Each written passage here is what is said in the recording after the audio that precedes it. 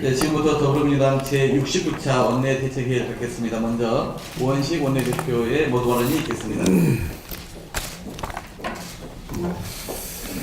지금으로부터 꼭 20년 전인 1997년 오늘 대한민국 정부는 200억 불의 구제금융을 국제통화기금에 요청을 했습니다. 이후 IMF 체제 아래 진행된 혹독한 구조조정 과정은 많은 국민들이 제2의 국치로 기억될 만큼 고통스러웠습니다.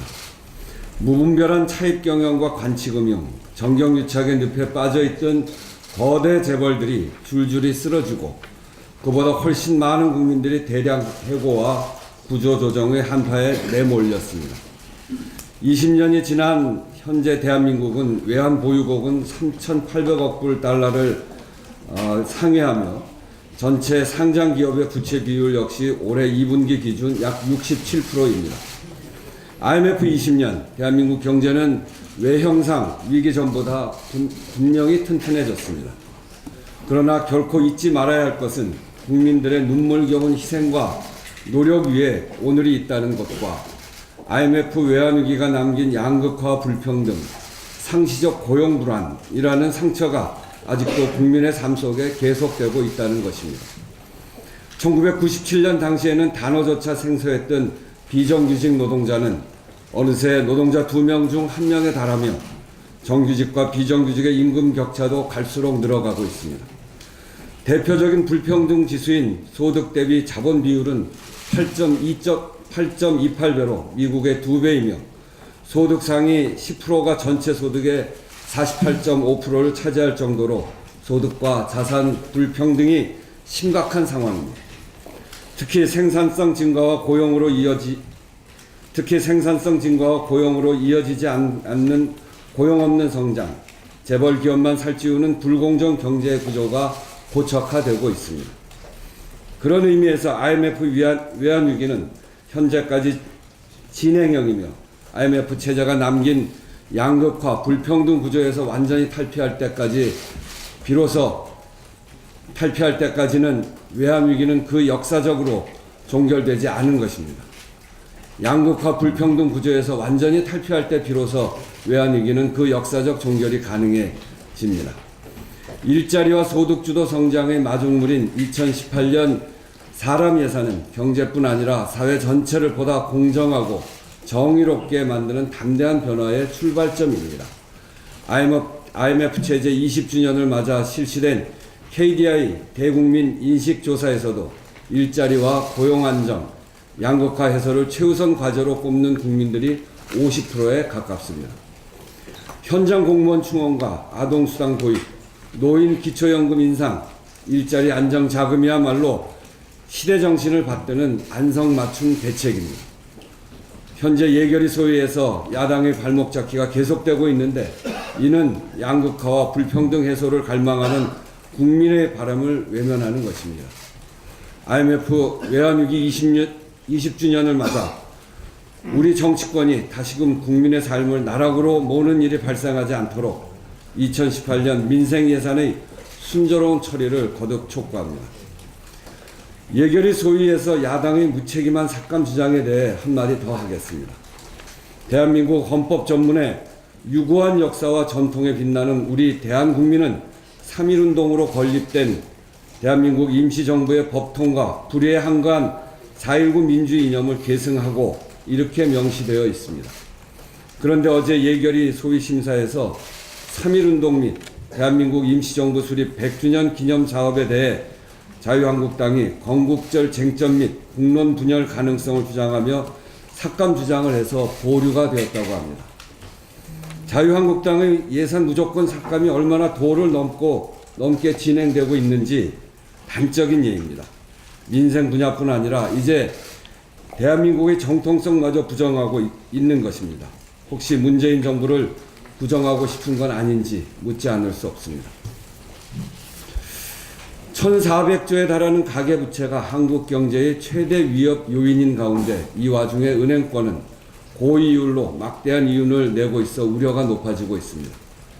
금융감독원에 따르면 올 9월 말까지 국내 은행들의 순이익은 11조 2천억 원, 이자 이익은 무려 27조 6천억 원에 이른다고 합니다. 은행권의 호실적을 마냥 반길 수만은 없는 것이 서민 부채 이자를 올려 한몫 챙긴 것이나 다름없기 때문입니다.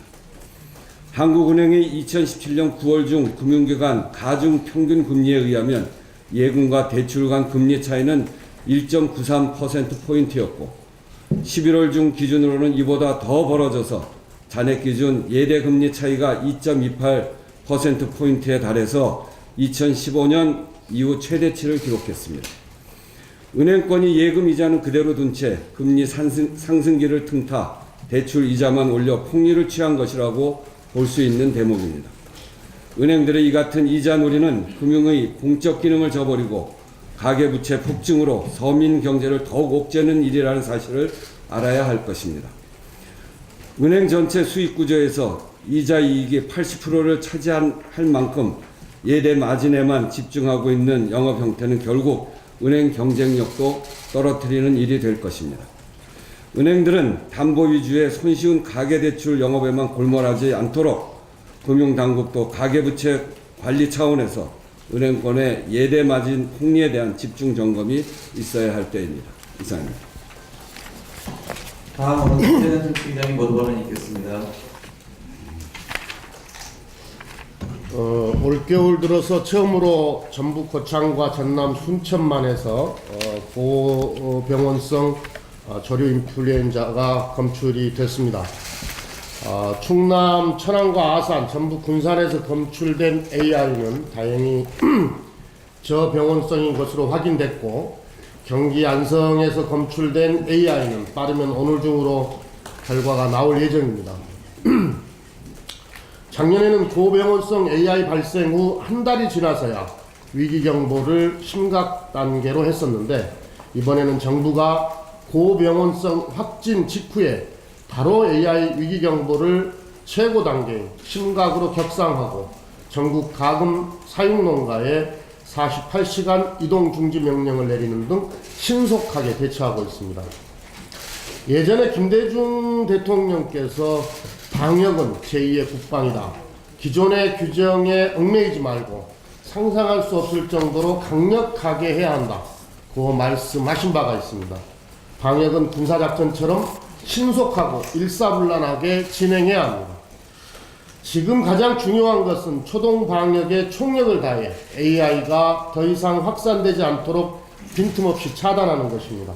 농림부, 환경부, 국방부 등 모든 관계부처와 지자체는 현장에서 긴밀하게 공조하고 농가가 적극적으로 참여할 수 있도록 민간에 필요한 지원이 있다면 아끼지 말아야 합니다. 더불어민주당도 농가 피해를 최소화하고 평창 동계올림픽에 영향이 없도록 AI 차단에 최선을 다해 지원하겠습니다. 농업은 우리 삶의 뿌리이자 국가의 근간을 떠받치는 국가기관산업인과 동시에 국민 식량 주권을 책임지는 미래 안보산업입니다. 우리나라의 산업화, 개방화 과정에서 농업이 어려워졌고 농어촌은 고령화 문제가 심각하고 인구가 감소하고 있습니다. 이제는 성장과 경쟁력 중심의 과거 농정에서 벗어나 농업의 지속 가능성을 높이고 농어촌의 소득과 삶의 질을 향상시킬 수 있는 새로운 농업 정책이 필요합니다. 농업의 가치와 농어민의 권리를 지키고 생산 환경과 먹거리 기본권이 조화를 이루며 4차 산업혁명을 준비하는 미래지향적인 농업과 농어촌이 되어야 합니다. 이러한 기대와 요구에 걸맞게 농업의 대전환과 새로운 농정 방향을 모색할 수 있는 논의의 장이 마련될 필요가 있습니다. 더불어민주당과 문재인 정부는 국정과제에 포함되어 있는 대통령 직속 농업, 농어촌 특별위원회 설치를 통해 과거 중앙정부 중심의 행정에서 벗어나 농어민, 지방정부가 함께하는 참여와 협력의 농수산행정을 실현할 것입니다. 농특위는 여러 부처에 흩어져 있는 사안들을 총괄하고 조정하는 협의체 역할을 할 수 있어서 안전한 먹거리의 안정적인 공급, 농어촌 지역발전, 농어민 복지 향상 등 다양한 사안들을 유기적으로 논의하고 해결할 수 있습니다. 나아가 농특위 설치는 환경보전, 국토균형발전, 식량안보 등 농업의 중요성과 공익적 기능에 대한 국민적 공감대를 얻고 국민 속의 농업으로 자리매김하는 좋은 기회가 될 것입니다. 더불어민주당과 문재인 정부는 농특위 설치 등 새로운 농업 정책을 추진하여 사람이 돌아오는 농산어촌, 살기 좋은 농산어촌을 만들기 위해 최선을 다할 것입니다. 이미 농특위 설치 운영에 관한 법률안이 4개가 발의되어 상임위에 계류되어 있는 만큼 농특위의 조속한 설치로 농정계획이 실현되고 농업인의 삶이 향상될 수 있도록 야당의 각별한 관심과 협조를 당부드립니다. 농업계 또한 농어촌의 새로운 미래를 만들기 위해 문재인 정부의 농업정책에 함께해 주시기를 당부드립니다. 공수처 설치와 관련해서 어제 당정청 했습니다마는 한 말씀만 더 드리겠습니다. 더불어민주당과 정부 그리고 청와대가 어제 당정청 회의를 갖고 공수처 설치법 제정을 위해 힘을 모아 나가기로 했습니다. 오늘 오후에 법사위 제1소위에서 본격적으로 논의가 시작됩니다. 여러 야당에서 이 법안을 받아들이고 해석하는 것에 조금씩 차이는 있겠지만 국민 10분 중 8분 이상이 공수처 설치에 찬성하는 만큼 여야가 충분히 논의하고 유연하게 사고한다면 합의점을 찾을 수 있을 것이라고 기대합니다. 공수처 설치는 피할 수 없는 국민적 염원이자 더 이상 미룰 수 없는 시대적 과제입니다.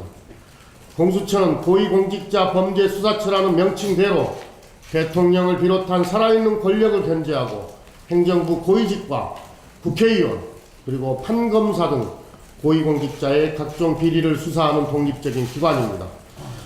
그리고 공수처 설치는 검찰개혁의 상징인 동시에 부정부패와 불공정이라는 적폐를 청산하는 미랄이 될 것입니다. 공수처의 정치적 중립성 및 독립성에 대한 일각의 우려는 국회 법안 심사 과정에서 충분한 논의를 통해 해결할 수 있다고 봅니다. 야당도 반대를 위한 반대가 아닌 진정성을 갖고 국민의 뜻에 따라주기 바랍니다. 더불어민주당은 공수처 설치 법안을 시작으로 국민과 함께하는 권력기관 개혁을 지속적으로 추진해 나갈 것을 약속드립니다. 예, 다음은 하나바르입니다. 홍익표 정책기술부장의 말씀을 듣습니다. 예, 미국 갔다 오고 처음 얘기하는 거기 때문에 지난 당 추미애 당대표를 포함한 방미 결과에 대한 간략하게 말씀을 드리고 싶습니다. 이번 방미는 크게 3가지 키워드를 갖고 있습니다. 하나는 한반도 비핵화와 한미동맹, 두 번째는 한미 FTA, 세 번째는 평창올림픽이었습니다. 한반도 비핵화와 관련돼서 미국 내 분위기는 매우 엄중한 시기라는 것에 인식을 같이 하고 있고 최근에 한미 동맹 관계는 매우 확고하고 그 어느 때보다도 견고하다는 것에 대해서 인식의 공감대가 있었습니다. 다만 지난 오바마 정부나 여러 대북 정책의 소위 얘기하는 전략적 인내에 대한 부족, 한계를 인식하면서 이제는 모든 수단을 동원해서 북한 한반도 비핵화 문제에 앞장서야 된다는 것에 뜻을 함께했습니다. 특히 한반도에서의 전쟁은 공멸을 의미하는 거기 때문에 한반도의 전쟁보다는 대화에 대한 필요성과 외교적 해법을 매우 강조하는 것에 인식을 같이 했습니다. 최근 미국의 민주당과 공화당 일각에서는 트럼프 대통령이 독단적으로 전쟁을 일으킨 것을 방지하기 위한 의회 통제권을 강화하는 여러 가지 법안과 조치들을 제출하고 논의를 시작하고 있는 것으로 우리가 확인을 했습니다. 두 번째 한미 FTA와 관련돼서는 한미 FTA와 관련돼 가지고는 미국에서의 분위기는 협의를 개정 협상을 조기에 착수해야 된다는 것입니다. 우리도 우리 국내 통상 법 절차에 따라서 지금 현재 아직 공청회가 마무리 안 되는데요. 공청회가 마무리되고 국회 보고가 끝나는 대로 바로 통상 절차 개정 협상 협의에 들어갈 것을 약속했습니다. 다만 미국 측에서 문제 제기하는 것은 한미 간의 무역 불균형, 즉 무역 수지 적자가 매우 크다는 것을 지적하고 있는데 이 문제는 최근 들어 특히 금년 들어와서 빠르게 한미 무역 적자 폭은 축소되고 있습니다. 특히 다른 그 유사 그 무역 경쟁국인 중국이나 일본, 독일 등이 도리어 확대되거나 저 현상 유지인 것에 비해서 우리는 전년 동기 대비 무려 25% 정도 줄어들고 있는 것을 감안한다면 한미 무역 수지에 대한 미국 측의 걱정은 지나친 기우에 불과하다 생각하고, 물론 이러한 문제는 한미 간의 무역 균형, 또 산업, 또 계층 간 균형 문제를 포함해서 협상 문제에서 충분히 논의할 수 있다 생각을 합니다. 다만 한미 FTA는 지금까지 양국 관계에 긍정적으로, 통상협력 관계에 긍정적인 영향을 미쳤다는 점을 감안할 때 앞으로도 우리는 우리가 이번에 우리 당에서 특별히 강조한 것은 국가와 국민의 이익, 그리고 우리 개별 기업들의 혹시라도 불이익을 받지 않는다는 측면에서 그런 관점에서 협상을 임하고 모든 가능성을 열어놓고 협상에 임한다는 것입니다. 일부 언론이나 야당에서 마치 추미애 대표께서 협상을 깰 수 있다 이 얘기를 강조하는데요. 이 얘기는 좀 더 국회 산업통상자원위원회에서 김현정 통상교섭본부장이 수차에 걸쳐서 우리 국익에 불합리하고 우리 국민에게 큰 손실을 끼친다면 그 한미 FTA는 깰 수밖에 없다는 얘기를 공개적으로 여러 차례 했습니다. 우리가 불이익을 보면서까지 이 협상을 이 한미 FTA 유지할 필요가 없다는 것이 정부의 입장이라는 것을 다시 한번 밝혀줍니다. 근데 그것을 마치 협상을 깨겠다는 것에 방점이 있는 게 아니라 국가와 국민을 지키는데 최선을 다하겠다는 것에 방점이 찍혀 있다는 것을 좀 이해해 주시기 바랍니다. 그다음에 마지막으로 유엔 본부에서 평창 올림픽에 대한 홍보가 있었습니다. 잘 아시는 바와 같이 한반도의 정세 불안정으로 인해서 평창 올림픽에 대한 우려가 있었는데 최근 들어서 대통령을 포함한 우리 정부의 노력에 의해서 평창 올림픽이 평화의 올림픽이라는 것이 점차 부각되고 있고 미국 내에서도 큰 관심을 갖고 있습니다. 그래서 미국 정부 관계자나 의회 관계자 의원들에게도 많은 여러분들에게 평창 올림픽에 대한 지지와 성원을 부탁드렸고 그거에 대한 공감대를 확산했다고 생각을 합니다. 이상입니다. 네, 끝으로 제가 한 말씀 좀 드리겠습니다. 홍종학 중소벤처기업부 장관 후보자의 국회 인사청문 경과보고서 채택이 야당의 반대로 결국 무산됐습니다. 청와대가 지난 10월 26일 경과보고서 채택을 국회에 요청한 지 27일이 흘렀고 지난 15일 재송부를 요청한 지 5일이 지났습니다. 지난 10일 청문회에서 결정적 한방 같은 문제점은 드러나지 않았고 각종 의혹은 당사자 소명으로 대부분 해소되었으며 능력과 자질도 충분히 검증되었습니다. 그래서 임명을 놓고 부정적 여론보다 긍정적 여론이 많아진 게 바로 국민의 뜻이라고 봅니다. 그런데도 야당은 청문회 후 국회가 마땅히 처리했어야 할 보고서 채택에는 나서지 않은 채 언론을 통해서 임명 강행 시 불통이라느니 국회 파행이라느니 엄포와 으름장만 반복하는 것은 전형적인 국정 발목 잡기입니다. 국회가 할 일은 해놓고 청와대에 대해 할 말을 해야지 해야 할 일조차 하지 않고 엉뚱한 주장만 하는 것은 대통령이 홍 후보자를 임명하면 기다렸다는 듯이 예산국회와 법안국회를 파행으로 끌고 가려고 하는 것은 아닌지 의심스러울 뿐입니다. 지난 7월 20일 국회가 정부조직법을 개정해 줬고 그래서 출범한 중기부 장관이 4개월 넘게 장기 공석 상태입니다. 새 정부가 출범한 지도 6개월, 즉 196일이 지났는데 언제까지 인사청문회 문제로 온전한 새 정부 출범을 막아서야 되겠습니까? 이제 완전체를 갖춘 국무회의 모습을 국민에게 보여드릴 책무가 있다고 판단됩니다. 대통령의 인사권에 대해서는 이제 야당이 대승적으로 협조해 주실 것을 기대합니다.